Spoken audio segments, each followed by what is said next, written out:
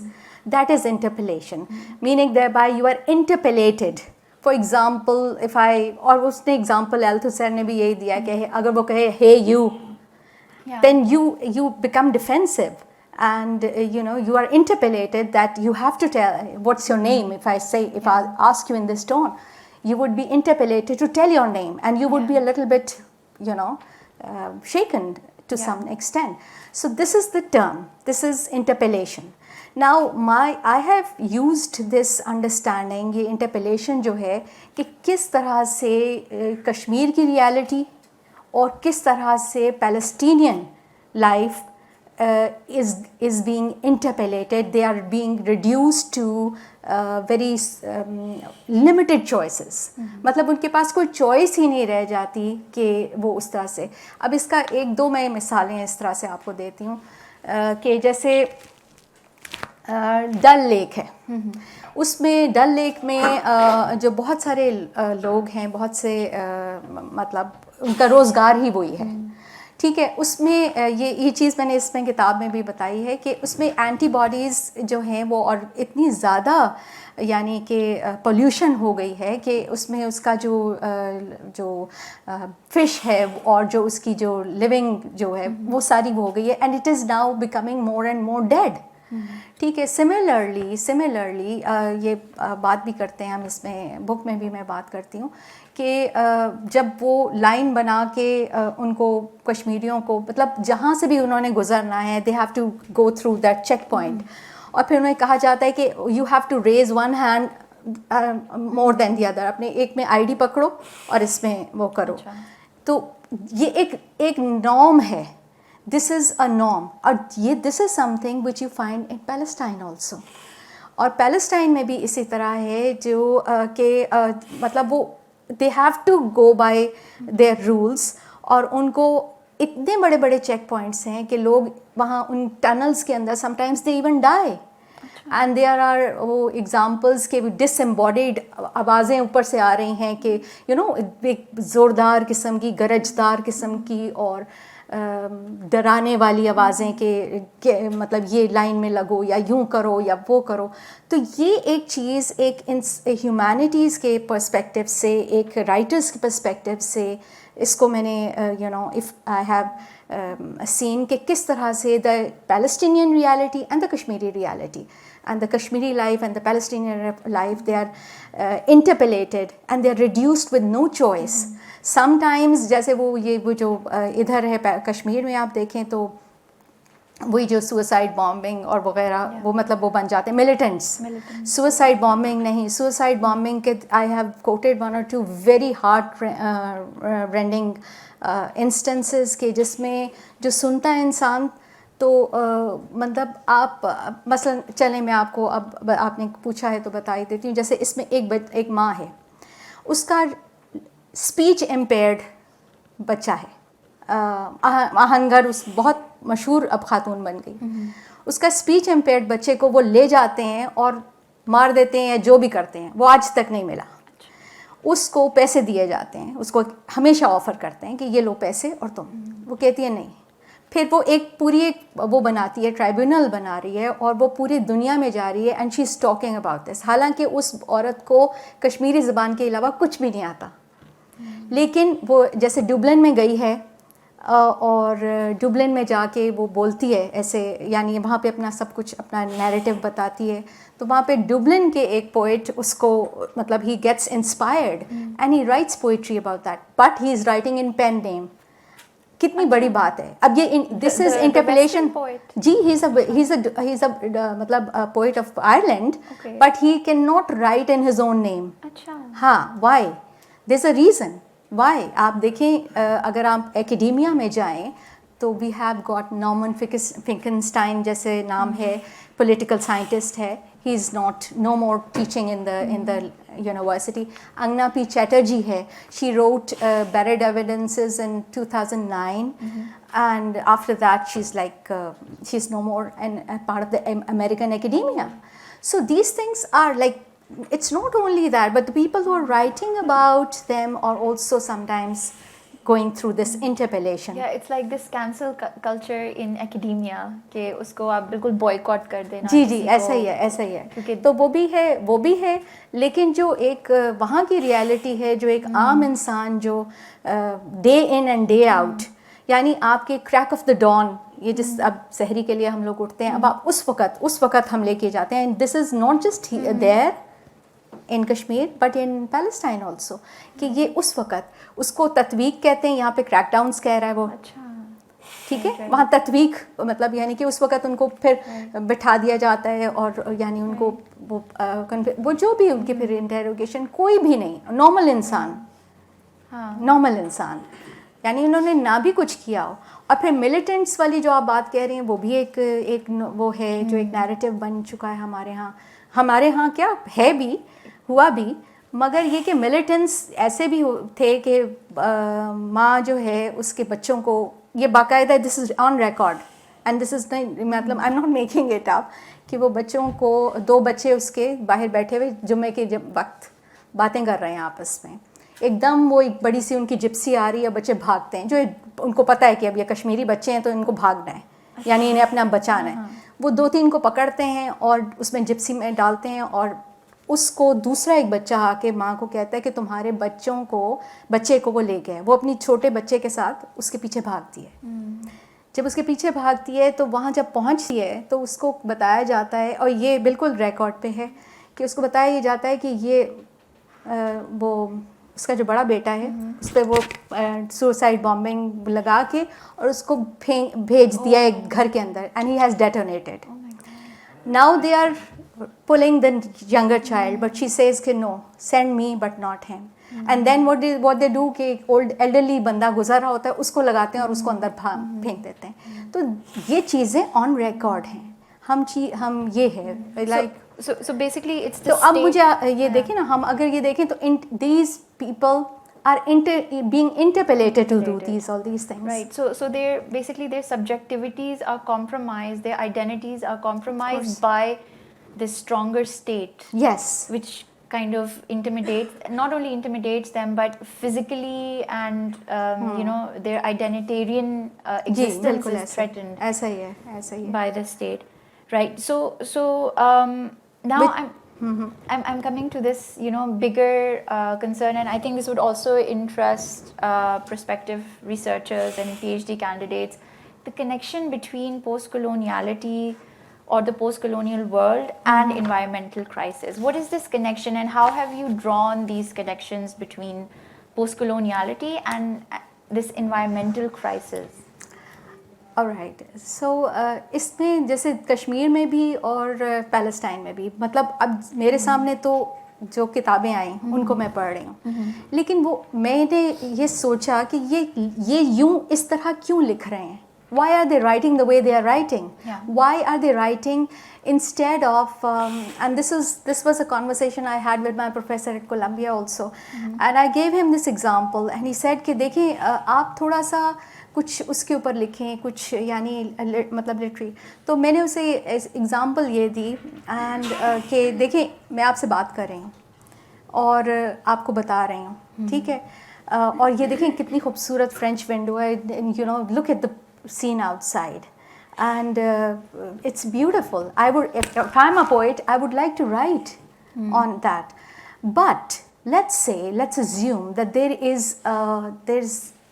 a killing going on in the corridors on the other side in the university. Where would your attention be drawn to? I asked him this question and he said, I'm glad we are having this conversation. یعنی پھر ان کو مطلب اندازہ ہوا. اب یہ کشمیر بھی اور پیلسٹائن بھی, یعنی اس میں بہت سارے I can quote the quotes کہ وہ مطلب she is talking about the Riviera قدا کرمی, and he is talking about Badami Bagh. Ironically وہ لکھتا ہے کہ یہ بادامی باغ ہے, بادام ہے یہاں پہ اگتے ہیں, اور یہ بنکرستان پھر اس کو کہتا ہے یہ بنکرستان بن گیا ہے, ٹھیک ہے, بنکرز وہاں پہ, ٹھیک ہے. سو کیوں ان کی ساری جو لینڈ ہے اس کو اس طرح سے وہ کیا جا رہا ہے, کمپرومائز کیا جا رہا ہے. تو یہ ایک اچھا, اب اس میں پھر مجھے یہ دیکھنا کی ضرورت محسوس ہوئی کہ آخر یہ کیا ہے, اس کی روٹ کاز کیا ہے. تو جب میں اس کی یعنی ایک طرح سے historiographic analysis, I am not a historian but I had to do this some historiographic analysis. I had to read ample books of history, different perspectives of history on Kashmir as well as in Palestine, and I had to see that what was the root cause. اب historians اس کو کیا کہتے ہیں, اور یہ one of the most authentic historians in this part of the world, Kashmir کے اوپر جو ہے, وہ اس نے کہا ہے کہ it's a badly kept business of the British Empire. اور ادھر کے ہسٹورینس کو, جوناتھن شنیئر کو آپ دیکھ لیں, یعنی میں اب انڈیپینڈنٹ ہسٹورینس کی بات کر رہی ہوں, یہ بھی ایلسٹر لیمب کی بات کر رہی ہوں, تو وہ کہتے ہیں کہ وہاں پہ بھی یہی تھا, وہاں پہ برٹش مینڈیٹ تھا اور یہاں پہ بھی برٹش کا راج تھا. تو دس از دا بیڈلی کیپڈ یعنی ایک business of the British empire. اس کو ایک انہوں نے they left it unresolved. they left it, اور اس نے باقاعدہ میں نے کوٹ بھی کیا ہے کہ یعنی انکمپلیٹ پارٹیشن, اس کی کتاب ہے 1998 کی, اور مزے کی بات یہ کہ وہ پاکستان میں اویلیبل کی انہوں نے اس وقت, اب ذرا وائڈلی تھوڑی اویلیبل ہے, لیکن اس وقت انہوں نے راکسفورڈ کی تھی وہ, اس وقت چھپی 1998 کی, مگر وہ اویلیبل اب کی ہے انہوں نے, مطلب اویلیبل کی پاکستان میں تب, اب ذرا تھوڑی سی بہتر یعنی زیادہ اویلیبل ہے اگر کوئی زیادہ اس میں گہرائی میں جانا چاہتا ہے. لیکن اس میں ساری ہم نے تو یہ پوسٹ کولونیل اسپیسیز ہیں نا بیسکلی, یہ والا لینڈ بھی اور وہاں پہ بھی ایک مینڈیٹ تھا نا, برٹش مینڈیٹ تھا.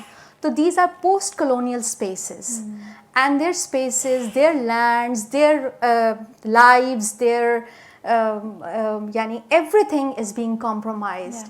تو یہ اس کو اب دیکھیں, اب آپ نے پوچھا کہ جی پوسٹ کولونیلٹی کو ہم انوائرمنٹل ایتھکس کے ساتھ, اب میں انوائرمنٹل ایتھکس پہ بھی بڑے دیر سے پہنچی تھی, اور مجھے پتہ, میں نے یہ اس طرح لکھا بھی ہے کہ environmental ethics is basically it checks the blanket assertions of environmentalism.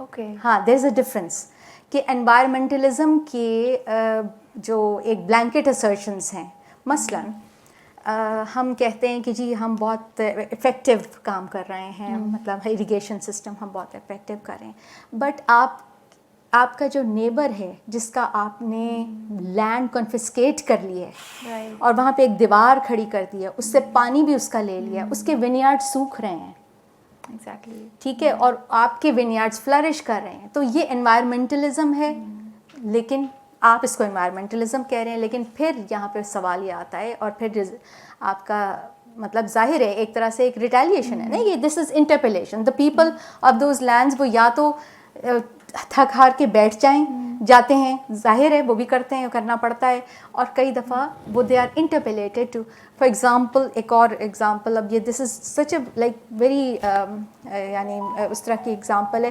جیسے گھر بھی بنا رہے ہیں نا, جو سیٹلمنٹس بن رہی ہیں نا, جوش سیٹلمنٹس بن رہی ہیں, ان میں پیلسٹینینس کو کوئی نوکریاں نہیں مل رہی, ٹھیک ہے, بھرمار بنی ہوئی ہے وہاں پہ, این جی اوز کی بھرمار بنی ہوئی ہے, سوڈو ریالٹی میں رہ رہے ہیں. یہی بات اس نے وہ کہی بھی ہے کہ سوڈو ریالٹی میں رہ رہے ہیں, کہ این جی اوز کی بھرمار ہے, اور پیلسٹینین اتھارٹی بھی پتہ نہیں کیا کام کر رہی ہے, لیکن کام کچھ نہیں کر رہی ہے. جو انسان ہیں وہاں پہ, they are reduced to, they are interpellated to even construct the houses of the settlers, جن کو وہاں سے نکالا گیا ہے نا, وہی ان کو تھوڑے سے پیسوں پہ وہ کنسٹرکشن ان سے کروا رہے ہیں. تو یہ سب چیزیں ہمیں مین اسٹریم میڈیا میں, مین اسٹریم اس میں اس طرح نظر نہیں آتی. یہ شیخ جرح کے انسیڈنٹس کے بعد ذرا سا یہ بات زیادہ نظر آئی ہے, یا سوشل میڈیا پہ ذرا زیادہ نظر آنی شروع ہوئی ہے.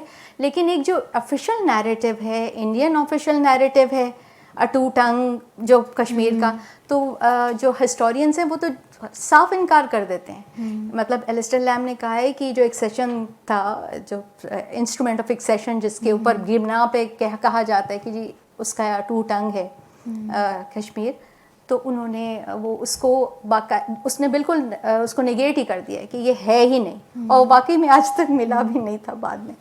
تو یہ بات ہے. تو اس طرح سے ہم post colonial space is being like, اور بیسکلی کیونکہ دونوں کولونیل اسپیسیز ہیں, پوسٹ کولونیل اسپیسیز ہیں, تو یہاں پہ آئی تھنک جو کوشچن ہے یہ اس سے بڑھ جاتی ہے, بات اس چیز سے بڑھ جاتی ہے کہ زمین کس کی ہے.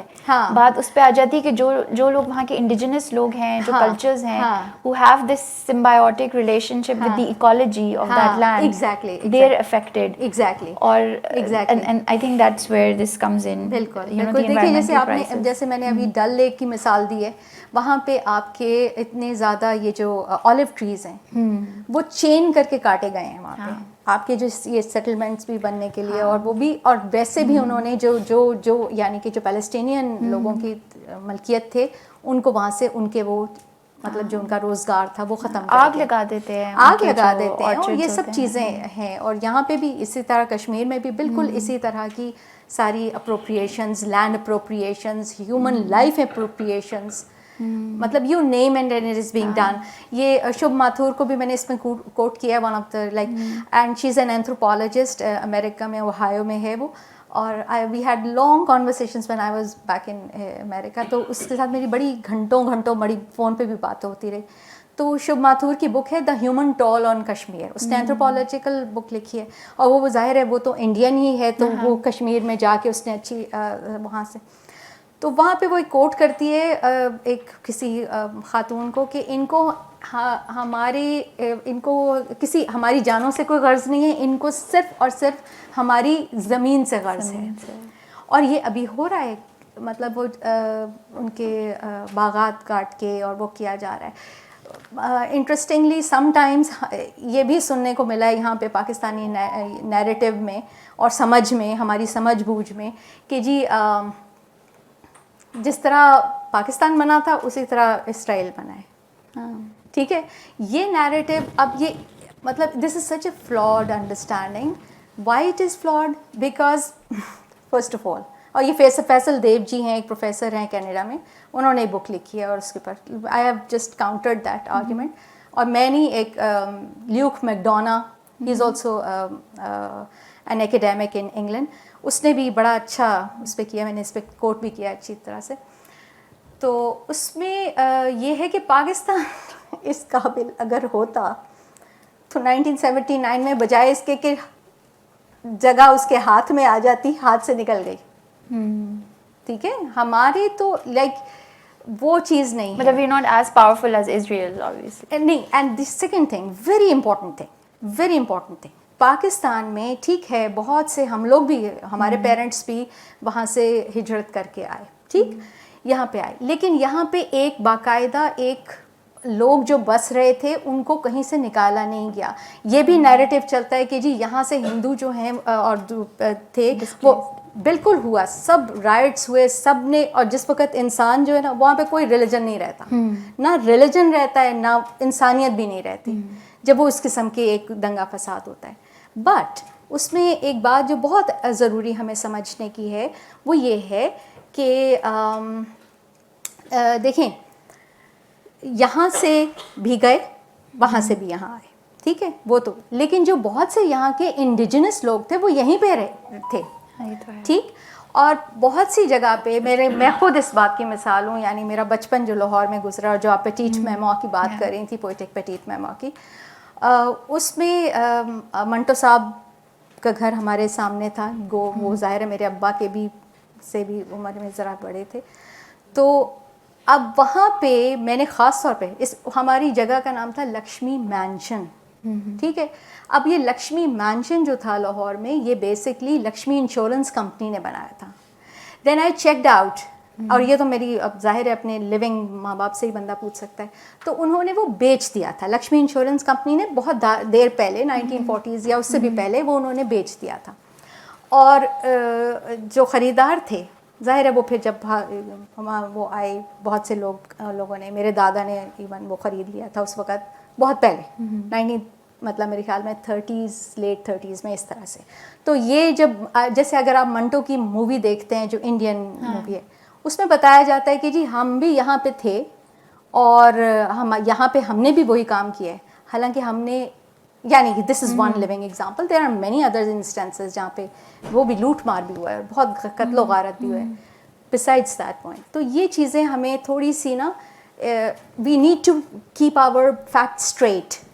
وی do not need to just go into کہ جو ایک ڈومیننٹ نیریٹو چل رہا ہوتا ہے اس کو بغیر تحقیق کے, بغیر انویسٹیگیٹ کیے جب ہم اس کو مان جائیں کہ ہاں بس یہی بات ہے, تو ایسا نہیں ہے. اور یہاں پہ اسی لیے جو ادب ہے, لٹریچر, اس کی اتنی ریلیونس بالکل آتی ہے کیونکہ یہاں پہ وہ جو آپ کہہ رہی تھی ہیومن کنڈیشن ہے, it looks at and focuses on the human condition rather than you know identity politics and land appropriation, کہ کس کی زمین بالکل کس کے پاس ہے.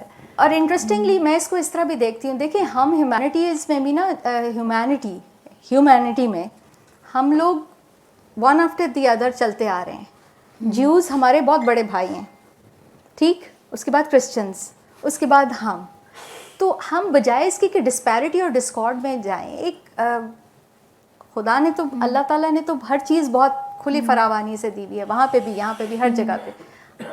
ایک ہماری اپنی اندر کی گریڈ ہے جو کہ ہم اس طرح سے بیہیو کریں اگر. تو میرا اگلا سوال یہ تھا کہ how can landscape actually change due to post coloniality, جو آپ نے اس کا جواب دے دیا ہے. تو میں اس کے in lieu of that I will ask you another question جو میں سوچی تھی، کیونکہ I'm also curious about بشارت پیر and غدا کرمی. Like why did you choose these two literary figures, one from Kashmir, one from Palestine, and yeah, what was so interesting about them? Okay, the thing is کہ دیکھیں ایک جو چیز مجھے جو نظر آئی ہے جب اپنی ساری اس میں، وہ یہ نظر آئی ہے کہ پیلسٹائن جو ہے اس کا کاز بڑی دیر سے سمجھ میں آ رہا تھا، انٹرنیشنل میڈیا میں بھی، انٹرنیشنل فرنٹس پہ بھی لوگوں کو پتہ بھی ہے، ان کا ڈائسپورا بھی بہت زیادہ بہت دیر سے اسٹیبلش ہوا ہے. کشمیریوں کا جو ڈائسپورا ہے وہ اب ووکل ہوا ہے یہ اس صدی میں. اچھا اب ووکل ہوا ہے، اور بشارت پیر جو ہے وہ جرنلسٹ، اس نے بھی انسیڈنٹلی جرنلزم کولمبیا یونیورسٹی سے کیا ہے، اس نے ماسٹرز، اور اس سے بھی میں نے تھوڑا انٹرویو کیا تھا. ہاں تب تو اس سے جو کہ اس میں نے اس کا لکھا نہیں ہے، لیکن بہرحال سے کیا تھا میں نے انٹرویو. تو اس نے he was the first one to document. اس سے پہلے ایک افتخار گیلانی کی کتاب ہے مائی ڈیز ان پرزن 2006 کی، but that was not available. یہ اویلیبل تھی پہلے ادھر سے انڈیا سے چھپی تھی، پھر ہارپر کالنز کی. تو میں جب میرے پاس یہ والی انڈین والی تھی، یہاں پہ پاکستان میں وہی اویلیبل تھی. جب میں وہاں یو ایس میں گئی ہوں تو میں نے پھر وہاں سے ہارپر کالنز والی بھی منگوائی، اور اس میں تھوڑا سا امپروومنٹ تھی، اس نے ڈیٹس کے ساتھ اور چیپٹرز بنائے ہوئے تھے. تو بشارت پیر پہلا ایک طرح سے بندہ تھا جس نے یہ تھوڑا سا جو میموز ہیں، میمو ہے نا، اس کا میمو ہے بیسکلی، اٹس اے میمو، اور اس نے ڈاکیومنٹ کیے ہیں because he was a journalist. تو اس نے ڈاکیومنٹ کیے ہیں آل دیز انسٹنسز، اور یہ صرف اسی نے ڈاکیومنٹ نہیں کیے، یہ باقی اخبارات میں اور ادھر ادھر بہت جگہ پہ آتے رہے تھے. اور کیونکہ تھوڑا سا پریویلیج کلاس سے تھا، اس کا فادر جو تھا وہ تھے سول سرونٹ تھے، تو اس لیے ہی کوڈ رائٹ. اور بلکہ انفیکٹ بڑے مزے کی اس میں بات لکھی ہوئی ہے کہ اس کو اپنے پیرنٹس کو سمجھانا پڑا، اور پیرنٹس کے لیے یہ مشکل تھا کہ لوگوں کو کیا بتائیں گے کہ ہمارا بیٹا جو ہے وہ کیوں نہیں جا رہا آفس، کیوں نہیں جا رہا. اور تو اس نے کہا نہیں، آئی ہیو ٹو رائٹ. جب اس نے اتنے سارے انسٹنسز دیکھے، اور پہلے جو ایک یعنی کہ جرنلسٹ تھا نا، تو پہلے ایک واقعہ ہوا کہ مطلب جیسے بم سے اڑا دیا ایک جرنلسٹ کو، جو ذرا ووکل تھا، اس سے پہلے کی بات ہے.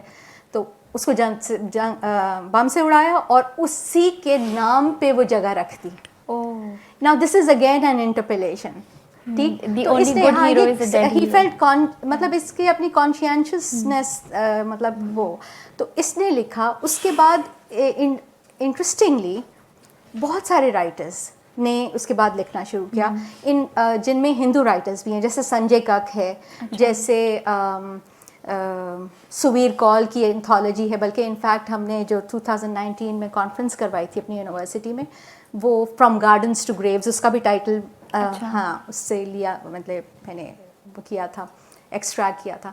تو اس نے لکھی ہے، سنجے کک نے، سویر کال نے، اروندھتی رائے تو بہت لکھ رہی ہے، فہد شاہ، اس نے کشمیر والا میگزین نکالنا شروع کیا. اس سے میری بڑی کافی بات بھی ہوتی رہی جب میں وہاں یو ایس میں تھی. لیکن ابھی he is behind bars, he is behind bars. ہاں، اور جو شجاعت بخاری کا نام آپ نے شاید سنا ہو، مطلب میں تو ظاہر ہے میں ایک بالکل نوبس کی طرح ہی سمجھ لیں آپ. تو میں نے کہا یہ شجاعت بخاری، مطلب وہ جب بات کرتا تھا نا، تو میں نے کہا یہ بڑا ایک پتے کی بات کر رہا ہے. اور 2018 میں پتہ چلا کہ he was no more, he was killed. اچھا، تو جو بھی انہوں نے اب بولنا شروع کیا، تو یہ اس کی ایک طرح سے ایک سیمینل کتاب سمجھ لیں آپ، بشارت پیر کی سیمینل کتاب سمجھی جا سکتی ہے اس من. غدا کرمی نے اپنی پہلے لکھی تھی 2002 میں، in search of Fatima, that was also a memoir. اور اس کو تو بہت پریز بھی کیا تھا ایڈورڈ سعید نے، اس کے بک پہ بھی لکھا ہوا ہے، ہاں اس کی بلرب پہ بھی لکھا ہوا ہے. لیکن اس نے یہ 2015 میں لکھی ہے کتاب. اور 2015 میں آ کے اس نے مطلب بیسکلی وہ ایز UN کی ریپرزینٹیو گئی تھی to promote the Palestinian cause. But جا کے جب اس نے دیکھا کہ کس طرح سے the people of the land and even the offices are being interpellated, انہوں نے کام کیا کرنا ہے. یعنی پھر وہ سارا لکھا ہے اس نے اپنی کتاب میں کہ آپ سمجھ رہے ہیں آپ بہت بڑا کام کر رہے ہیں, آپ تو کچھ بھی نہیں کر رہے ہیں, انسانیت تو وہیں کی وہیں اسی طرح سے خوار ہو رہی ہے. تو یہ چیز اب یہ دونوں پائنیئرز تھے, اس لیے پھر میں نے ان کو کیا. اس کے بعد آپ دیکھ لیں سلمان ابو ستہ کی 2016 میں ایک میمو آتی ہے. پھر رجاء البسیلہ ہے, ہی از بلائنڈ پیلسٹینین. تو مائی بوائےہڈ ان پیلسٹائن 10 سال کا تھا جب اس نے تب کا لکھی ہوئی ہے. نہیں, he is an academic, he is a professor in American academia. اور اسی طرح میکو پیلی جو جنرل سن, اس کا فادر جنرل تھا اسی فوج میں جنہوں نے یہ زائنسٹ یہ جو, تو اس نے مطلب ہی از لائک پروموٹ, مطلب وہ پروموٹ کر رہا ہے دوسرا کاز, اس نے جنرل. پھر Amira Hass is also a Jewish writer. تو یہ ضروری نہیں ہے کہ مسلمز ہی لکھ رہے ہیں, یہاں پہ ہندوز, وہاں پہ جوئش, سب لکھ رہے ہیں. اس نے بھی لکھا ڈرنکنگ مائی پتہ نہیں فرام مائی لائف یا اس طرح کہ فرام دا سی, یعنی غازہ سی کے سے. تو وہ جا کے وہاں پہ رہی ان کے ساتھ اور ان کی ایک وہ لکھا. تو یہ چیز ہے کہ اب تو ہمیں زیادہ نظر آتی ہیں. اس وقت یہ جب میں نے کام شروع کیا تو یہ صرف 2 جو تھے یہ پھر بھی نظر, اور غدہ کرمی تو یہاں پہ مل بھی نہیں رہی تھی پاکستان. آئی ریمبر کہ پورے پاکستان میں صرف کراچی میں مجھے ملی تھی, اور 2 ہی بکس تھیں اس کی, اور میں نے دونوں ہی اٹھا لی تھیں. کس بک اسٹور سے؟ آئی تھنک اٹ واز لبرٹی میں یوزلی مل جاتی ہیں. ہاں لبرٹی نہیں, لبرٹی میں نہیں تھی, ایک اور تھی, مجھے اب یاد نہیں ہے. لیکن بہرحال میں بڑا ڈھونڈتی رہی کہ اب کیونکہ ہمیں ایکسیس ہونا چاہیے اس طرح کے. ہاں بالکل, لیکن بہت ساری چیزوں کو یہاں پہ ایکسیس نہیں ہے. یعنی برٹش پاکستان جو برٹش پارٹیشن ریکارڈز ہیں وہ آئی تھاٹ کہ میں نے بڑے مزے سے سمجھا کہ یہاں پہ موجود ہوں گے. نہیں, دے آر ناٹ اویلیبل. وہ وہاں پہ مجھے مل گئے, میں نے بہت سے لے بھی لیے. آئی تھنک وہ برٹن میں ہے ان کے آرکائیوز, وہاں آرکائیوز نہیں, میں تو کولمبیا یونیورسٹی سے کہہ رہی ہوں کہ وہاں پہ مجھے مل گئے. اور میں نے وہاں نائیولی یہ سوچا کہ شاید مجھے یہاں پہ بھی مل جائیں گے, بٹ یہاں پہ اویلیبل یہاں پہ تو نہیں اویلیبل اس طرح سے. بٹ وہ یہ سارے ہسٹوریکل سورسز کو جب آپ کھنگالتے ہیں تو آپ کو بہت سی چیزیں نظر آتی ہیں جو کہ start connecting the dots. Yes, you start connecting the dots and then you come to understand that our understanding was so flawed. یا اور it's not our fault actually. ہاں, لیکن کیونکہ we are being fed with وہی جو ایک گھسی پٹی ایک چیز دکھائی جاتی ہے ہمیشہ. سو recently one of your articles was selected in Turkey to be authorized in the forthcoming book called Climate Migration, Exploring Cases from Turkey and Beyond, as a book chapter.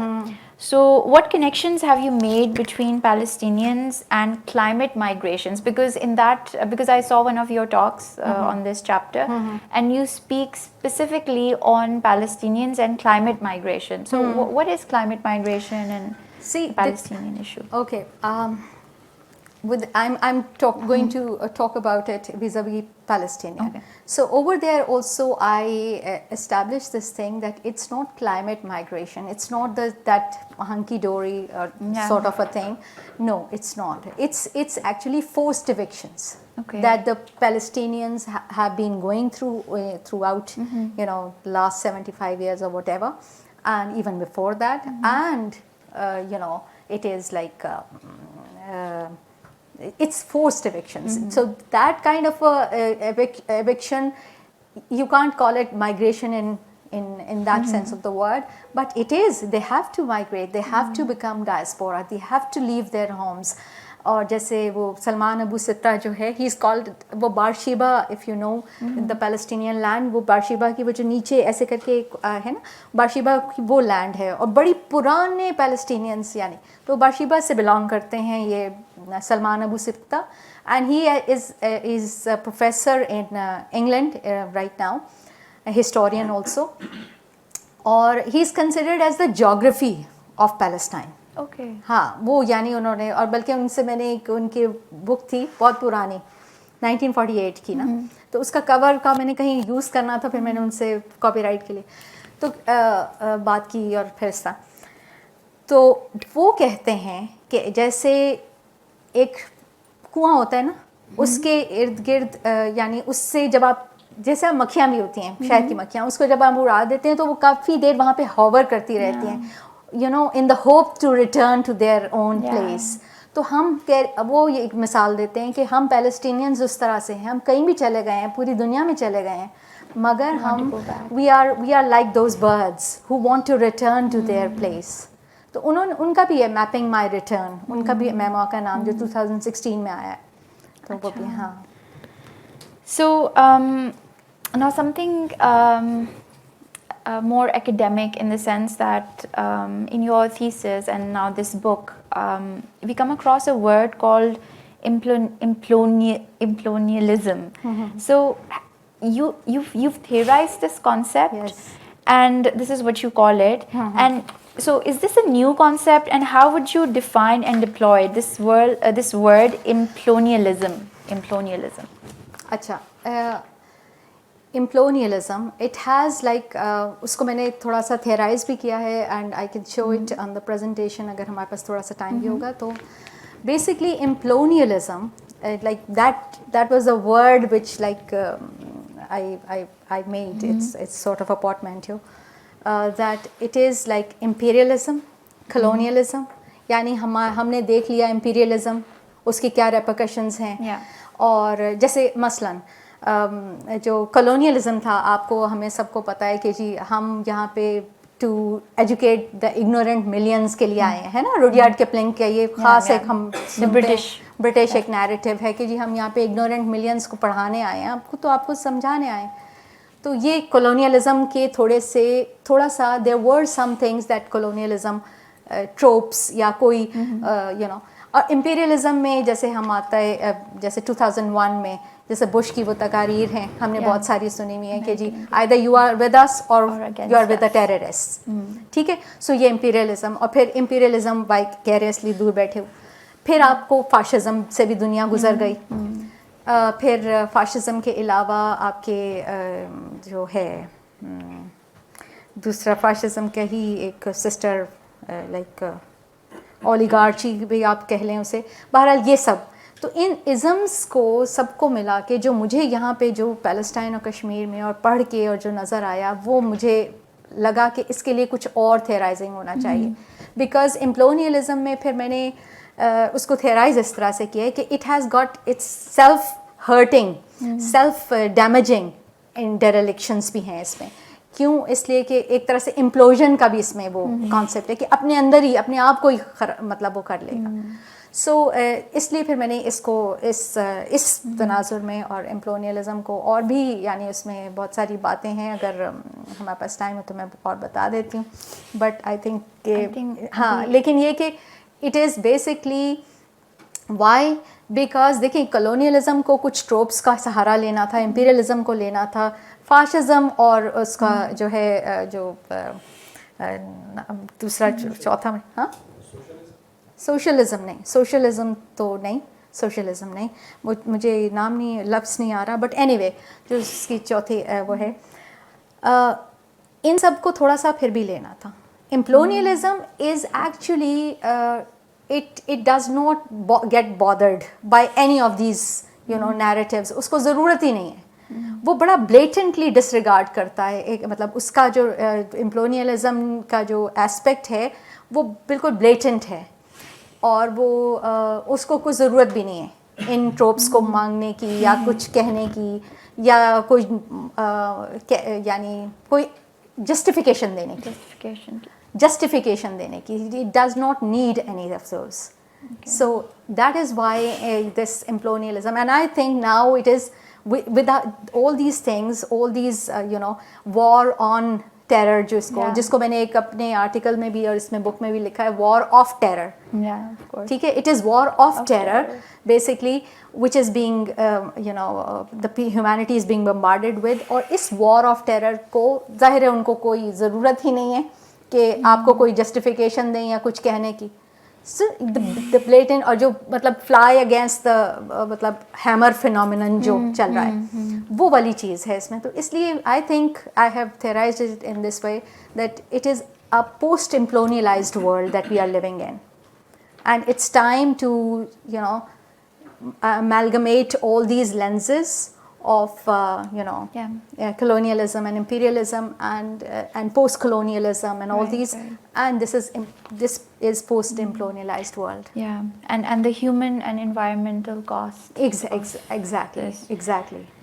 So like sorry to cut you, like this green line, those walls, the apartheid walls, they are called green line. It's so ironic, you know, that is it green, you know, or it is basically like one of the theorists, he calls it green criminology. It's a green criminology.